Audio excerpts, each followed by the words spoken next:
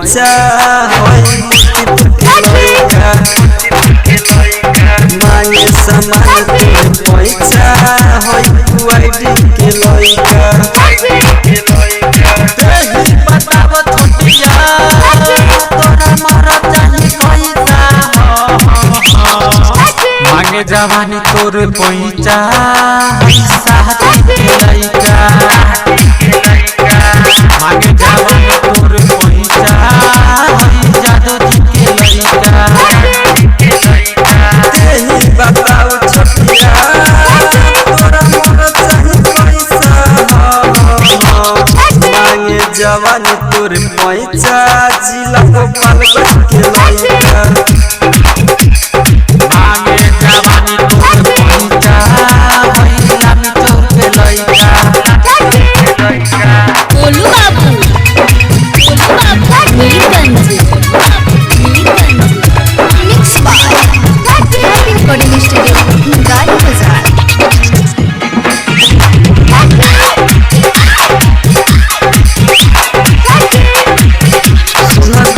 सने ही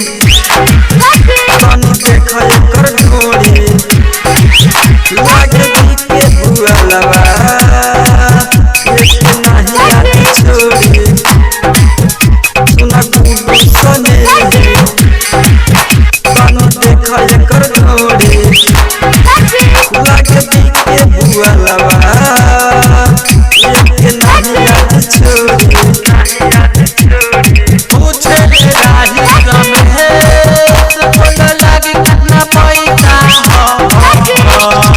मांगे जवानी तोर पैसा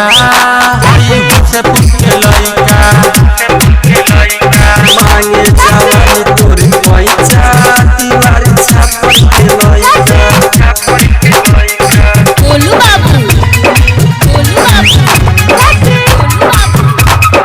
मीरगंज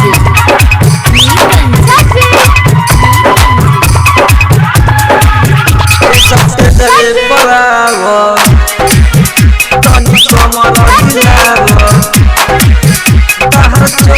जवानी जनी ढोड़ी देखावा सटदवे परावा कनी कमर हिलावा सोहान तोर हो जवानी जनी ढोड़ी देखावा साचे बताओ छोटिया तोरा फील होता कैसा मांगे जवानी तोर पैसा कावे के लइका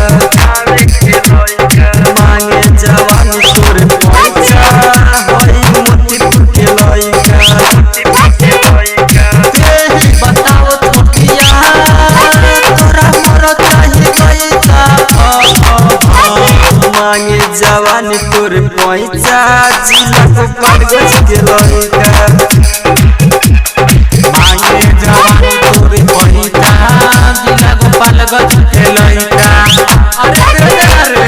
बोलू बाबू मीरगंज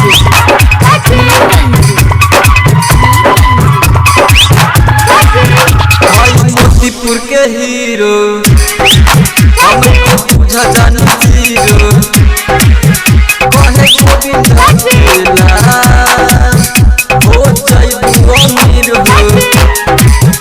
हाई मोतीपुर के हीरो हमके बुझा जान जीरो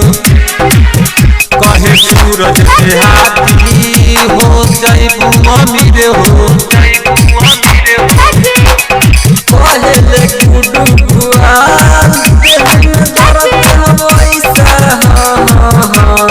मांगे जवानी तोर पैसा होई जादू के लइका मांगे जवानी तोर पैसा होई मारे जी के लइका यही बताओ छोटिया तोरा मर चाही पैसा मांगे सामान तोर पैसा भगवानपुर के लइका मांगे जवानी तोर पैसा पश्चिम टोला के लइका अरे के